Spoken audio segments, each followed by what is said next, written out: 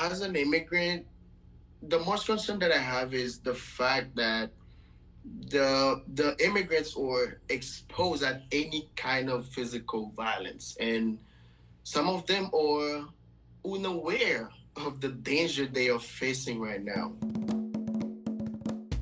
Hello, everybody, and welcome to the Creole Narratives podcast. I'm your host, Fadia Patterson.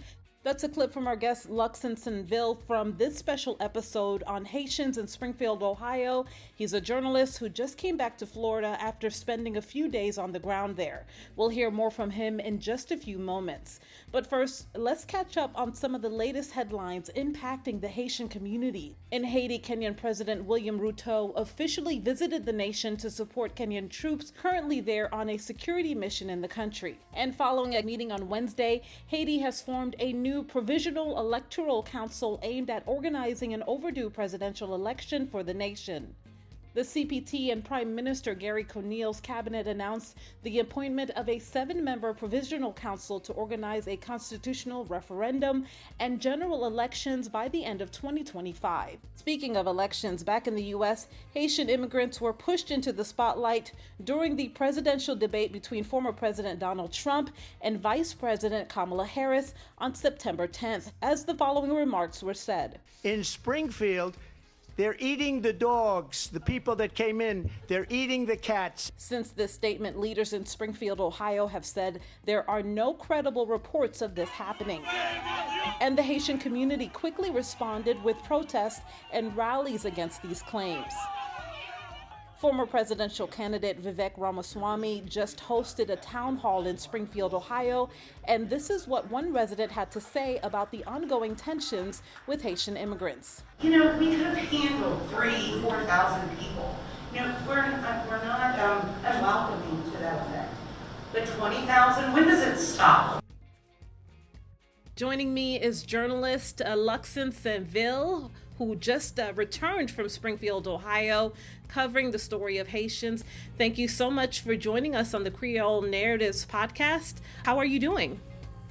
Hey, Fadia, thank you for having me. I'm good. How about yourself? Good. I'm so thrilled that you can join us. I know you're a busy person, so I appreciate the time you set aside to talk to us about what's going on in Springfield, which has been in the spotlight a lot this week. So I know you just came back from visiting that city, and you are of Haitian descent yourself, correct? Of course. And can you describe which outlets that you report for and do these stories that you've been covering for? Yeah, I'm a correspondent journalist for Radio Television Caraibes, one of the biggest Haitian radio station, and then I'm a journalist for Voice of America. Especially, I covered Miami, Fort Lauderdale, West Palm, a part of the state of Florida. Right, and you are on the ground covering the big story in Springfield, Ohio, with a Haitian population that's now at 15,000 to 20,000. Can you describe what you saw there and what the mood was like when you arrived there? Well, my team and I spent a couple of days on the ground in Springfield, Ohio, to have a better understanding of the situation. So as a journalist, I wanted to experience firsthand the behavior of the Haitian community after the statement made by the former president Donald Trump about immigrants abusing pets in the community.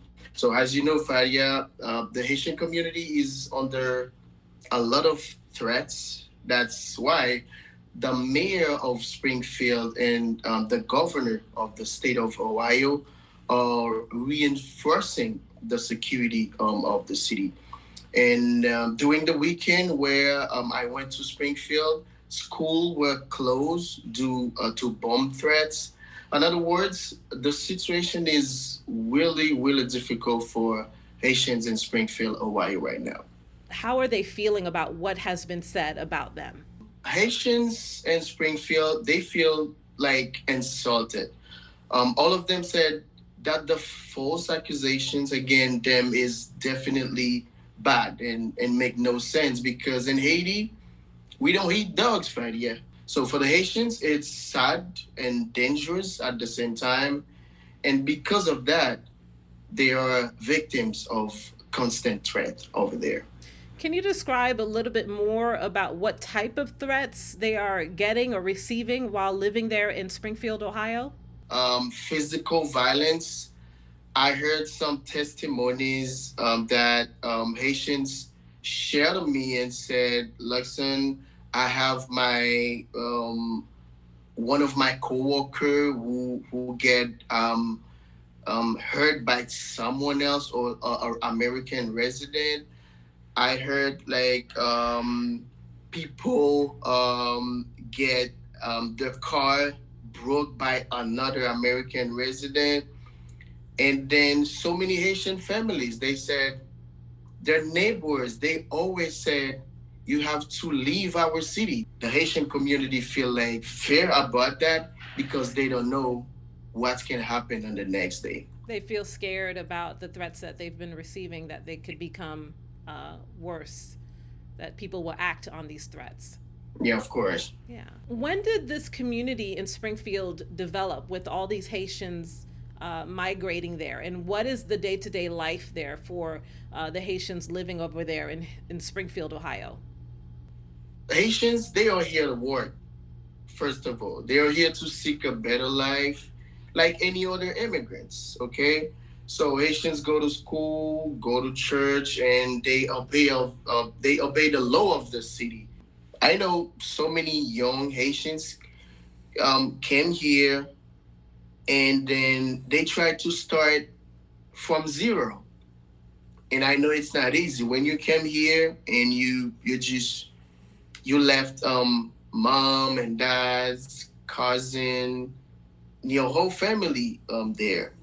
Asians are more careful in the streets. Some of them keep their kids at home instead of send them to school. And when I talk to them, they feel like they are not safe in the city. And for some American resident, they don't like Haitian in the city, but there's so many reasons. First of all, the American resident, they said the influx of Haitians in Springfield is rising, and they feel like they are not safe, the American resident. Have they told you anything about when a lot of this animosity started? I heard that last year around this time, there was a bus accident that involved a Haitian immigrant. And that may have been the beginning of a lot of this animosity. I think the animosity started here from this accident. And then I heard a lot of American residents, they said, the Haitians, they don't know how to drive. Some Haitian leaders, they tell me that this is a serious problem that the community has to face because they know some Haitians, they don't really know how to drive.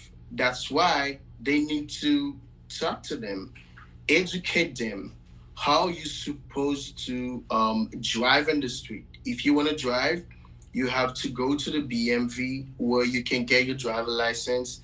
The problem is everything's happened when a black man or black woman involved in it. The American resident, they just target the Haitians community because there's a lot of African immigrant over there as well. But anything's bad happen, it's Haitian. And that's why the Haitian community feel really bad about it. So you're saying if there's anything that bad happens that involves anyone of the African American or African diaspora, the Haitians are being accused or targeted. Accused, yeah. And we can take an example. Like, do you remember the lady that the neighbor just called the police and said, we have a girl who tried to hit a cat. And this video were really viral in social media. And the whole American neighborhoods, they keep saying the girl is Haitian, but she's not. She's an American. And a second example, I don't know if you see a picture on social media where that you can see a man with two ducks, and these pictures were really viral on social media as well. They said he's Asian, but he's not. This disinformation has been debunked, but it spread fast, right, because of social media. People who doesn't like Haitian in this community, this small city, they use social media, but they also use the city commission meeting. The resident, they use the city commission meeting to share with authorities what happened to the city, and that's the way they accuse Haitians and ask authorities to do something about it. I want to talk about Springfield being in the spotlight and the extra support that Haitians have been getting. Because, we're talking about the threats that they're getting, but not everyone there has been hostile, correct? And I spoke to some American resident who tells me that they are standing with Haitians and declare that the allegations against this community is completely false. So most of them has at least one or two Haitian friends. They hang out with them, go to the stores, go to the restaurant and everything. So those residents describe Haitians as hospitable immigrants who have come to work and try to get a better life. And at the same time, I spoke to American organizations that express their support for the Haitians. So for them, Haitians deserve respect because they are coming from a country where freedom was born. Some of them said that they are ready to participate in any movement or protest to condemn the false accusations and demand respect for this nation. And then I know some business owners, they really love the Haitians because they said they don't have any problem with Haitians immigrant. They do the job, they make the hours. If you need extra hours, they are ready to do it.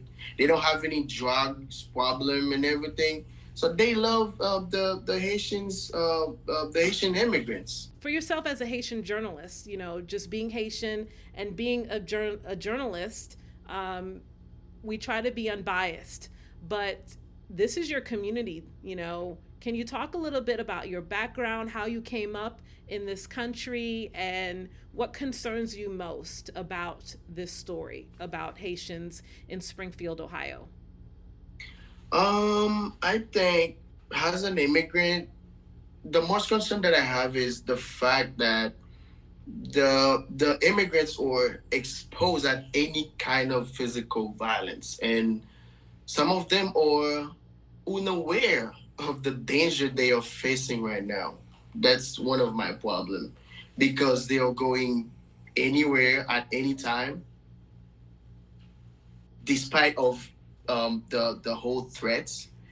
And what's happening right now in Springfield, Ohio, it's not a joke. It's a real dangerous situation. So let's take, for example, the kids, right? Some Haitian parents, they tell me that their children are facing discrimination at school already.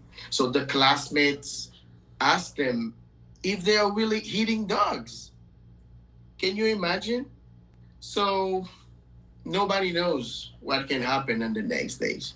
Most of the Haitians, they are in Springfield since 4 or 5 years. They feel like they're not home. Before, they were like welcome because it was like a nice and quiet city. So now it's completely different. They don't see their future in Springfield right now. They're just watching, they are watching, but they don't know what can happen in the next weeks coming. So the only thing that I feel is that